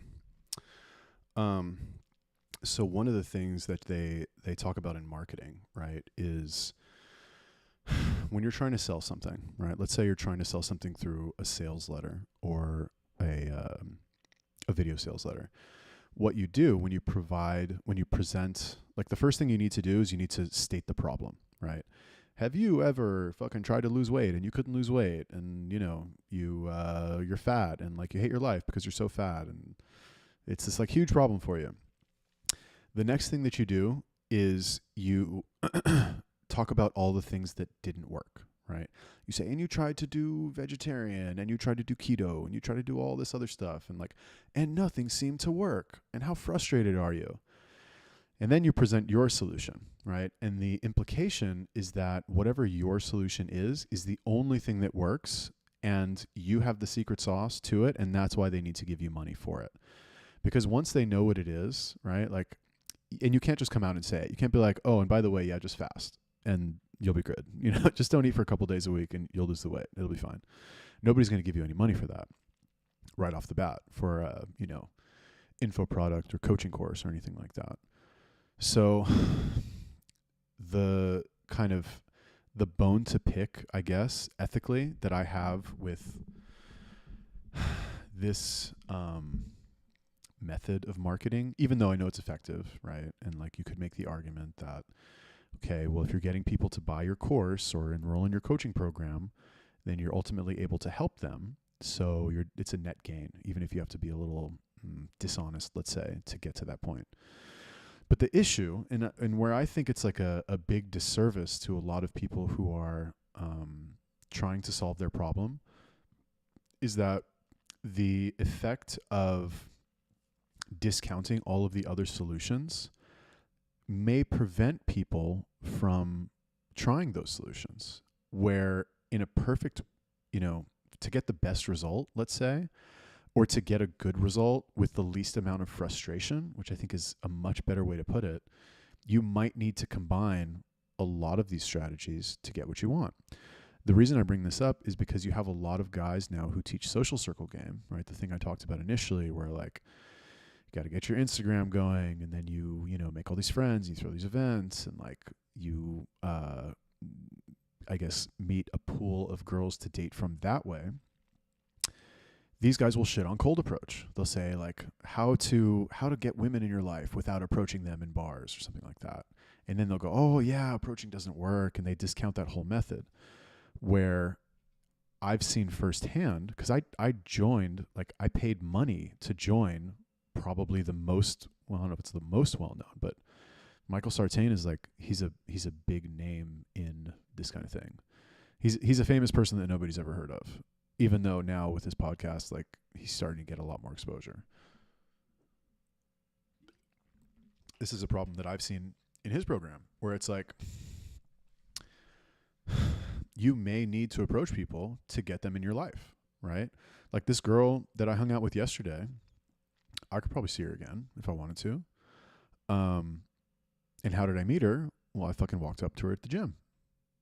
How else are you supposed to meet people? That's like my question for these social circle guys. I'm going to have some of them on the show as well. That's like, so the guests that I'm trying to bring on the show are mainly from that world, right? So like fair disclosure, I actually recorded a podcast before this one, with an internet marketing guy. He's like one of these marketing experts and like makes funnels and all this, makes money online, blah, blah, blah. And like we talked for maybe an hour. And when I was doing the call with him, I realized within like 5 minutes, I was like, I don't want to talk about this. I'm not interested in this at all. This is not like, and I, you know, it's something that I've been interested in the past. Like I have a casual interest in it, but I'm not trying to talk to anybody for 3 hours about it. It's like, I don't want to have multiple people on like conversations for many hours like that per week. Whereas this, I could talk about, you know, a lot with people because I still have a lot of unanswered questions, and there's still a lot of things that I feel like I don't understand. And I'm the type of person, like once I understand something complex, I can break it down into something simple, right? Which is why I get so bored with the fitness shit. 'Cause it's like, it's not that fucking hard. Like I already get it, you know? And I have a desire to understand other things in that way, right? I'm sick of that being the only thing that I understand, like on that level. Like it's useful, sure. But, you know, like where's the variety? Like I need to enrich my life in other ways. So anyway, the point is that I have a fair amount of guests scheduled that are in that industry. The one from today, this Adam Lyons guy, he's also in that industry, and like was supposed to have him on, but scheduling error, blah, blah, blah. Oh, man. I'm worn out. Wore myself out. But this is fun. I like podcasts. This is way better. I can't wait till I have somebody on that I can just like, oh shit, there's people in the chat. I'm around a friend who is an energy vampire. I can feel my energy being drained. Stuart, I felt that your void in your life with women, try finding God. Often women who keep saying they won't have sex with is just trying to give the image to you. It could mean that she wanted something more serious. So it's like a joke at this point. Anytime a girl says like, we're not having sex tonight, you are 100% getting laid that night. Like 100%. Or if she's like, I'm not going to have sex with you tonight. It's like, those are like the magic words. It's like opposite day every day when you hear that from girls. Every single time that I've heard that from a girl, I've ended up sleeping with her, and without a lot of like convincing either. That's like, if you're a guy, you're on a date with a girl and she's like, I'm not going to have sex with you tonight, or we're not having sex, or there's no way I'm going back to your place. Like it is on. Like you're about like, don't get pushy. Don't fuck it up because you're getting laid that night. So yeah. What else did you say here? Joshua is throwing real incel vibes. God of the Bible in the Tanakh. Try it for 30 days without rabbinical interpretation, and God love you.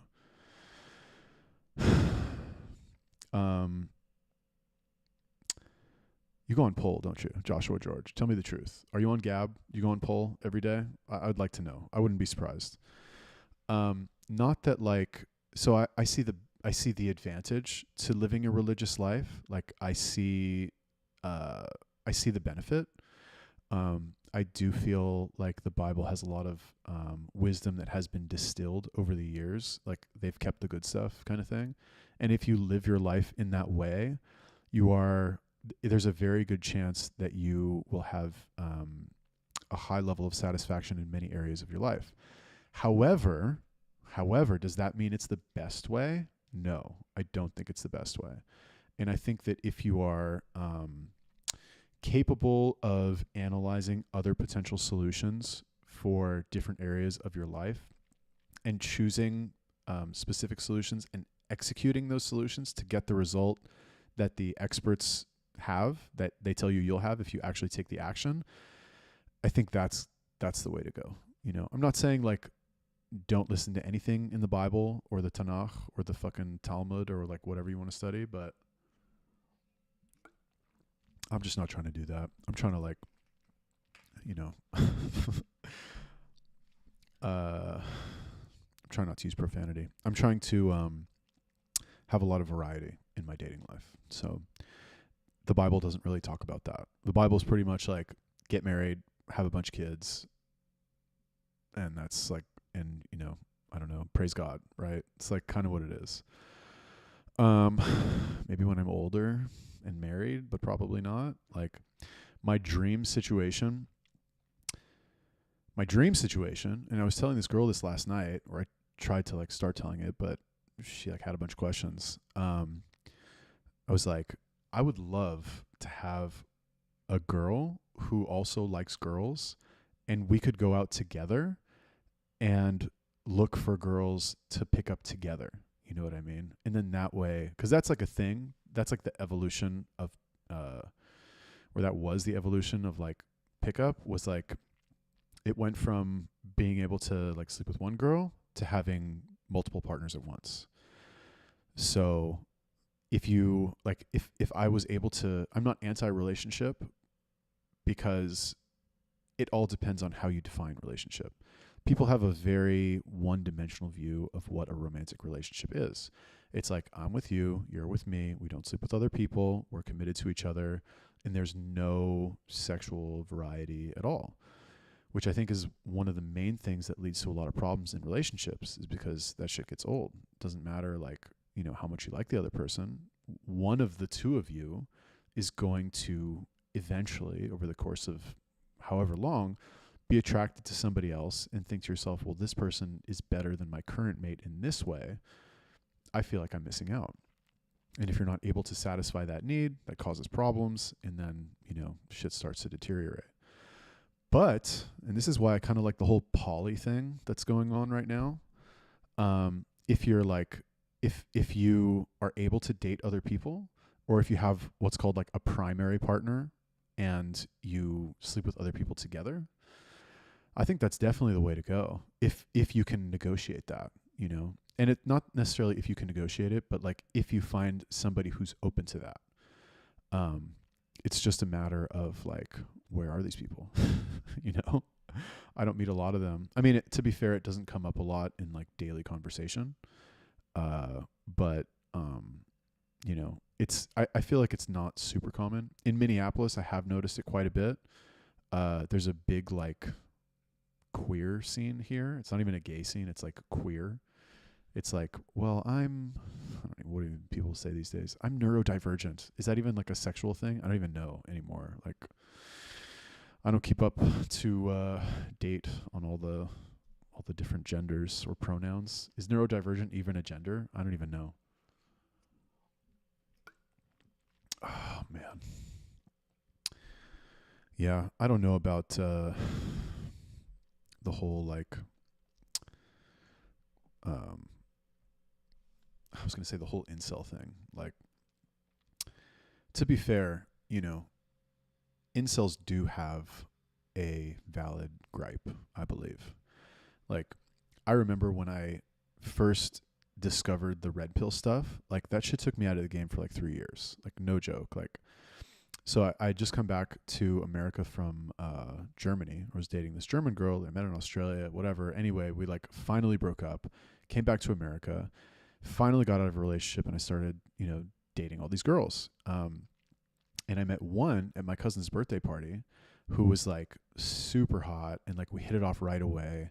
And you know that feeling where sometimes you're just like, oh, okay, like this one could be like my next girlfriend. Like this one could get serious. So I had that with her, and we dated for a couple weeks, and then randomly out of the blue, like I get this text from her, and she's like, hey, it was the day after we hung out. She's like, hey, listen, so yesterday, like you said some stuff that like I didn't really like, and I don't want to be with somebody who talks like that. So I don't want to date you anymore, and like please don't text me, like it's over. And I was like, what? And I like immediately like texted her and called her, and I totally bitched out. It was like a complete bitch move on my part. I didn't know any better, right? To be fair, I messed up. I chased her and didn't go anywhere. So I was upset after that.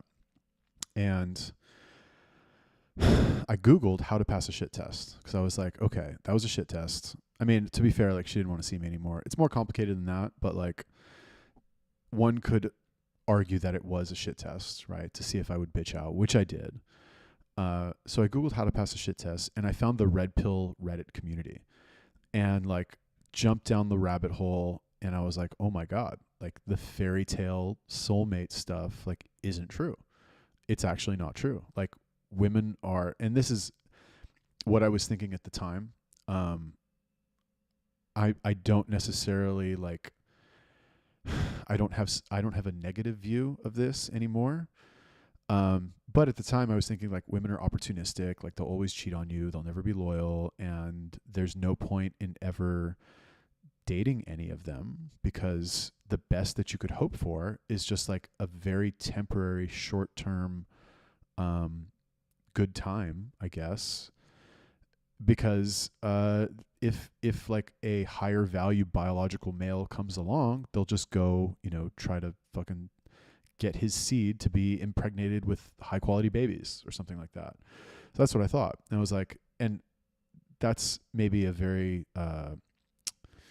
autistic way of explaining it, but that's kind of, that was my, that's what took me out of the dating game. I was like, I'll never be the tallest. I'll never be the most fit. I'll never be the richest. There's always going to be some guy who like this girl is going to go fuck instead of me, even if she's my girlfriend or my wife. So what's the point, And on some level, like that is kind of true, like no disrespect to any women out there, but that is kind of true. Like you can pick pretty much any woman in the world and you can present to her a situation, hypothetical, where you would say, okay, well, would you cheat on your husband if the guy was, whatever celebrity she's in love with? Well, no. Well, what if I gave you $1 million? Well, I don't know. Anyway, it probably wouldn't take all of that, but, and how many of them would actually admit to it openly? But I think in reality, like they could be placed in a situation where they would cheat, right? You arrange all the factors to favor that. Oh, nobody would ever find out, right? You're on a desert island together. Would you do it? And as men growing up, we don't think that that's true, I guess. Or we used to take it for granted that that wasn't true. We used to think that like, yeah, if you marry a girl, like she won't cheat on you. Or, and I mean, I'm not saying like all women cheat or anything like that, but you do have this one like elephant in the room issue of women kind of always being attracted to like the highest value male who is around at that time. And if that guy is sexually aggressive, he might just fuck your wife. So, if you're like short or out of shape or haven't had good luck with girls, and you discover that after coming from a frame of like women are perfect, women are angels, I just have to find one that loves me, I have to just do all of these good deeds so that she'll love me. When you come from that frame, it's like, oh my God, now there's no chance for me to find a girl who won't hurt me. So like when you discover that, it just crushes you completely. And you go through this period where you like kind of hate women and you don't want anything to do with them. You just don't even like I went through like literally 3 years, maybe was it, let's see, it was 2015 to 2018 where I was like, I don't want anything to do with girls. Like I didn't want to pursue them at all. I barely dated anybody. Definitely didn't have any relationships. I was just like, I was super black pilled and it was pretty depressing. Not going to lie.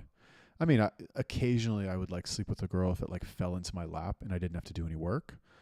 But that was not very common, and I wouldn't put any work into it at all. It was rough for sure. But I'm of a different mind now. I think now like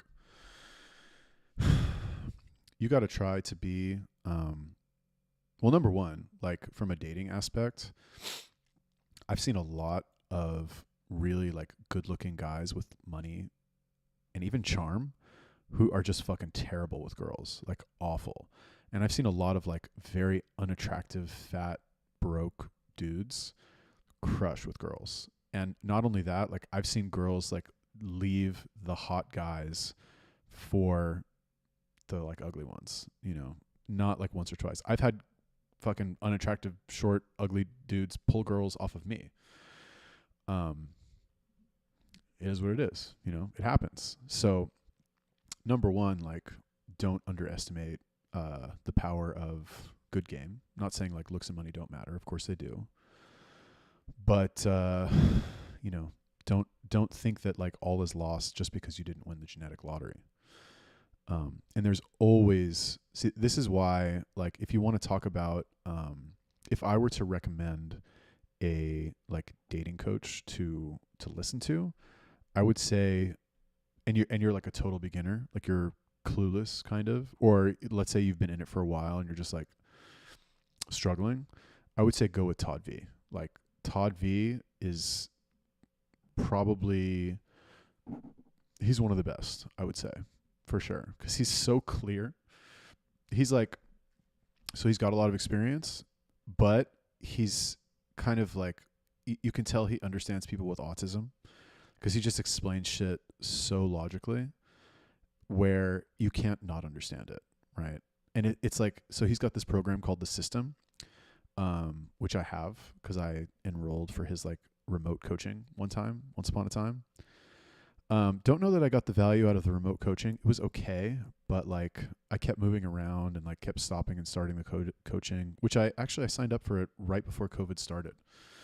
So I did like 4 weeks and then COVID happened, everything locked down. And then like I did another 4 or 5 weeks in Vegas when I lived there. And I think I have like 3 weeks left on the coaching that I should probably start again. But anyway, you get the system when you sign up for his coaching program, or you could just buy the system on your own, or you could probably just like download it for free somewhere if you want to do that. But it's so good because it teaches you, and there's a million ways to skin a cat, right? Just like there's a million ways to fucking sell, do sales. There is this way, the system, that is like, there's very clear phases where it's very clear like what you're supposed to do in each phase. Like the whole premise thing, establishing premise, that's one of the phases. It comes in the beginning. You know that after you open, you have to establish premise, the sooner the better, so that the girl understands what kind of conversation it is. That it's like potentially romantic, that you're interested in dating her, that like you're a man interested in her, like a man is interested in a woman. Which like sounds obvious, right? It sounds like something that you should know already, right? It's like, oh yeah, well of course you need to do that. But I mean, I don't know about you, but I've been in a lot of conversations where like I'm talking to the girl and I'm like, okay, this is going well. She seems interested, but it's like, we don't accidentally begin talking about going out together or something. Like I don't take that chance because I'm too scared to get a rejection. So I just kind of keep the conversation light and pleasant and neutral, which avoids the rejection, but it doesn't get me like the result that I would want, which is like pushing the interaction towards getting her out on a date, for example. So like just that one concept alone is super useful, because like when I was talking to, I told the story about like the blonde, like 21-year-old. When I was in that conversation with her, it was so like I could tell she was nervous because I approached her like nervous, excited, and it made me like nervous, excited. And she was so hot that like I couldn't think straight. So like I wasn't, it's hard to do when you're in the moment. You know what I mean? When there's like a hot girl in front of you, you're like, okay, fuck, what do I say now? Like, where am I? I actually thought to myself, I was like, okay, like where am I in the system? Like what phase am I at? I'm like, okay, premise. I need to establish premise. What do I say? I'm like, okay, fuck. So I'm like having this conversation and in my head, I'm thinking of like, fuck, okay, like what line do I say? I don't even remember what I said, but I said something to make it work. And I assume that like over time it gets easier. But, that's hopefully the case. Oh my goodness. Let's see. Sorry for bothering you, for talking to you. I don't like lifestyle, but I still keep you in your prayers. It's okay, Joshua George. You're good, man. I don't need to agree with everybody who I talk to. And not everybody needs to agree with me. I'm totally okay with like having conversations where we disagree about stuff. That's one thing where, I think I'm a little different than a lot of people, where like a lot of people, if you disagree with them, they like get all butthurt and they're like, oh my God, I can't believe this person has a different opinion than me. Like, oh, you're out of my life forever. I actually don't care. Like I feel like that's a very, it's a very Jewish attitude to just like fucking argue all the time. It's definitely like a very Israeli thing. It's like, no, like don't put your chair over here, like put it over there, because then if you have it over there, it's like they argue about the dumbest shit. So yeah, like I don't care at all. Like feel free to fucking tell me whatever you think. Like doesn't bother me at all. And in fact, I think that a lot of growth comes from being in situations that you don't necessarily want to be in. So I don't have a problem with that. How is the rooftop sales going? It's going pretty well. I have 61 claims. I probably won't hit my goal of 116 this year because I've got like just about 2 months left to do this. The one problem is that I'm not like, because we're basically 10 weeks out from the build, from the day you file the claim, like there's only 8 weeks left in the season. We're 10 weeks out from the build. So unless the build is super easy, any of the claims that I file from here on out, I'm probably not going to get paid on this year. I have to wait till next year. So all of the claims, like those 61 claims that I have in, let's say that, I don't know, let's say 25 are approved roughly, and let's lowball it, right? Because like some of them, I have a lot of like $10,000 jobs, which I'll only probably make $1,000 from. So like, let's lowball it, and let's say I only make, I don't know, because I have a lot of jobs where I'll probably make more, but let's say we'll be conservative and we'll say like $2,000 per job, roughly, because I have a lot that are like 4,000 and 5,000, or at least a couple, so that'll probably like make up for the difference. Anyway, the point is that I'll probably end up with like, I'm really hoping I'll have like 50 grand. Well, actually, maybe not, because I know a couple of my big jobs are getting postponed. Fuck.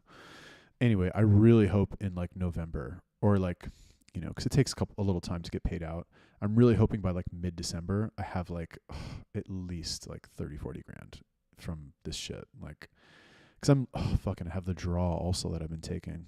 It's not as good as I anticipated. I mean, the problem with this job is because it takes so long to get paid.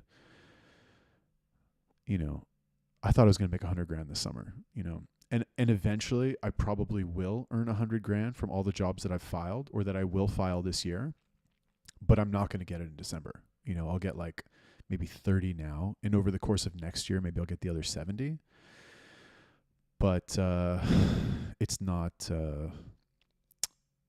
what I thought it was going to be, unfortunately. So there is that slight disappointment. I still enjoy the job. But what I would like to do, and I mentioned this in one of the videos, like one of the reasons why I'm doing this podcast now, like I would love to do a podcast every day. I would love to like Joe Rogan this shit and just have some fucking guest on every day and shoot the shit for 3 hours. And then what I want to do is I want to cut it up into like 15, 30, 60-second sound bites to put on Reels and fucking TikTok and YouTube Shorts. Because that shit gets like massive exposure right now. Like that short form content is getting pushed so hard to the point where you can grow super fast just by producing lots of that content. And when you do, you know, I've been going on this for like almost 2 hours at this point. So let's just say, let's be conservative. Let's say I only get like 5 clips of me like sounding smart on a fucking, you know, for 15 seconds. If I only get 5 of those, like, that's 5 reels that are probably going to get like, I don't know, like they get like fucking 10,000, 15,000 views if you do them right. You put like a little clickbait title up there. You put the little, you know, captions going down there. And if it's an interesting topic, if it's clickbaity enough and like you sound good, people are going to watch it. And if they like that one that you watch, they're going to watch more. And so it's just a matter of time of like getting enough up there. Like there's a lot of guys who in the past year, they've just been focusing on reels, like random fucking nobodies, dude, who have like 100,000 followers, 200,000 followers on Instagram, starting from nothing just because they did reels. So that's the plan. Like I'm probably going to try and bank all of this money that I have now. I want to travel in the wintertime. I really don't want to stay in Minnesota in the winter. Unless I have just like 10 more girls that I'm like have on the rotation, I might stay, but probably not. Never thought it would happen here, honestly. But yeah, like my perfect situation. Okay, so in November, my lease is up in November. I'm gonna go visit my parents for 2 weeks ish, give or take. I'm gonna go visit my friend in Puerto Rico. I have a friend who lives in Dorado, Puerto Rico, which is like where all the like Jake Paul has a house there and shit, or Logan Paul, whatever, probably both of them. It's like where all the celebrities live. There's like my $1 million houses. So he lives there. I'm gonna go spend like 2 weeks with him. He's like, oh, we gotta go sailing, going to some like fucking fancy island and shit. So I'm gonna go hang out there for like 2 weeks, and then in like December, what I wanted to do, I wanted to go back to Thailand. Like I miss Thailand. I would love to go to Phuket for like December, January, February, maybe March, and like come back here early April and just like get back on the grind, you know? That's the plan. And then while I'm in Thailand, what I can do is like I can just focus on doing the podcast, you know, can do the podcast, make the clips, see where I am in 4 months. And yeah, but like I think if you like, let's say I actually do that. And let's say that I refine my technique to the point where I can get 10 good reels per day of either me or my guest, like sounding smart or looking intelligent or something like that. I think you can grow like super fast. Like, I don't know. Oh my God, I'm fucking hiccuping all over the place.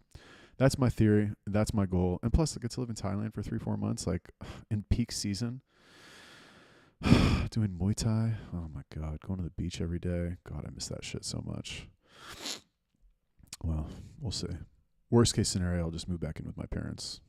That'd be so bad. No offense, Mom. Let's see here. You fix yourself, other will be gravitated to you. Hypergamy. I was like, hypogamy. What's that? Is that a new one? Game is everything. That is true. Joshua George. I don't want women in my life right now, and I am not mature enough. I personally never want to get married. Todd V is too gamey, bro. He overcomplicates game. I mean, I would like to see what you're comparing that to. Too gamey compared to what? That implies like a comparison to something. The reason I like Todd is because, number one, he's got a lot of experience, but he explains it in a very technical way where like if you take somebody, I joke about being autistic, but like I think I'm very logical most of the time. And if I'm going to understand a complex process, I want to know what the phases of that process are. And that's one thing that I like about Todd is that he is able to explain the phases of the process in a very clear way so that you always know that you can like evaluate where you are in that process and know what you're supposed to do or say based on where you are in that process. Like simple example, what are you supposed to do first? Well, you got to open first. You got to approach first, obviously, right? Okay, now it seems like oversimplified. Like, you know, what are you, fucking retarded? Yeah, of course you need to open. Fine. Next thing in his system is like you got to do premise, right? The girl's got to understand why you're over there, why you're talking to her. You don't have to be like, hey, I think you're cute. Like, do you want to date me? That's a little too obvious. There's other ways to do it, right? The next step is evaluate. You know, you can't just say like, hey, maybe if you're like super high value, you can, but you can't just say like, hey, you're hot. I want to date you because like, I want to stick my penis in your vagina, you know, and you're here and I'm here. So what do you think? You know, it's not like one of the things that is going to help you is if you can make the girl feel special by kind of evaluating her, right? Where you say, this is where like getting her to talk about herself comes into play, where like she'll talk about herself, you'll kind of approve of whatever she's saying, or maybe sometimes slightly disapprove, right? So she tries a little bit harder to get you to approve, kind of thing. Simple example. Let's say you're in the evaluating phase and you'll be like, you know, you're talking for myself, for example, like, oh my God, I love fitness. I work out all the time. Like, it's like such a good thing for me. Like, I think it's so important to be fit and healthy. Like, I could never be with somebody who doesn't work out, but you look like you're in pretty good shape. Like, what kind of workouts do you do? So you kind of set the person up to say what the answer that you're looking for. You present the hoop for them to jump through. Well, maybe it is a little complicated now that I think about it. But, I mean, at the end of the day, bro, you still got to qualify. You know what I mean? You still got to do all this shit. So I don't know if you have a better option. I feel like you've recommended other people to me. I'd be happy to check out their content or even have them on if they're interested. But I just like his style, dude. He's so clear. Like I've made so much progress in just a few days just by changing a couple things that he recommended to do. So I don't know. I like it. But definitely tell me who you got. Do you listen to Dave Ramsey? It will help you save money. No, I don't. I used to, but what is his whole thing? Like pay off your debt, pay off your house, and fucking buy a car with cash? Like honestly, I don't even know. I'm not really good with money. Search up John Anthony lifestyle. He exposes Todd V. Huh. What do you mean exposes Todd V? My friend. What's up, Katie Bartell? I didn't know you found me on Instagram or on YouTube. How's it going? So my friend from Puerto Rico is he's probably my oldest friend that I've known since high school. So this guy, so back when I was in high school, like, I'm like a nerdy, shy kid essentially, but back in the day, I started smoking weed with like some of the bad suburban kids, you could say, like the suburban kids who like came from nice families and nice neighborhoods who got into trouble because they were bored in suburbia and had nothing better to do. And this guy was like in that friend group. Like I was completely out of place in that friend group. Like the only thing we had in common is that we all smoked like fucking weed all day nonstop. But this guy was in the friend group. And over the years, not everybody, but many people in that friend group kind of like, one guy like got addicted to heroin, another guy died, another guy like has like really bad health issues, and he kind of went a little crazy. So anyway, this guy is like one of my oldest friends from back in the day, and he's like so I went to high school with his wife, strangely enough. Like she's from the same neighborhood. So I'm from Pacific Palisades, which is like a neighborhood in LA that's like, so you guys have heard of Malibu, right? So you have Malibu, Santa Monica, and then in the middle you have Pacific Palisades, right? So it's like on the beach, a lot of celebrities buy houses there, and it's like a really nice neighborhood. Anyway, that's where she's from, and that's like where I went through my formative years as well. So yeah, we just kind of stayed in touch over the years. He's a cool guy. Like, I don't know. He lives in Puerto Rico now. Used to live in Malibu. Moved to Puerto Rico to avoid paying federal income tax. I think that's what it is. Or it's like 5% or something. Or maybe there is no federal income tax. But he's cool. He's a cool guy for sure. Yeah. And he's always trying to like, if in fact this year, like when I moved to Minneapolis, he was like, bro, like fuck Minneapolis. Like come hang out in Puerto Rico. We'll go sailing. We'll go here. We'll go there. Like I'll fly you out. I'll buy you a ticket. Yeah, it's tempting. Not going to lie. Very tempting. But can't do that, unfortunately. I should be like, bro, you want to pay me $10,000 a month? I'll be your friend professionally. Like I'll be your professional fitness person, maybe. I don't know. I got to think of something. I just need that much money. Not even for myself. Let's see here. So I'm going to try and podcast every day is the plan, right? That is this is what, it's a little tricky now because I still have all these responsibilities for work that I have to do. Like I still have to go see clients. I still need to like file a bunch of claims. I still need to get paid. You know what I mean? So I would love to be like, I'm going to do this full time, like only podcast all day and like have a guest on every single day and blah, blah, blah. I'm going to try and do at least a couple per week, right? I have one scheduled for tomorrow, 6 p.m. with Johnny from Rules for Rebels. What else do I have? I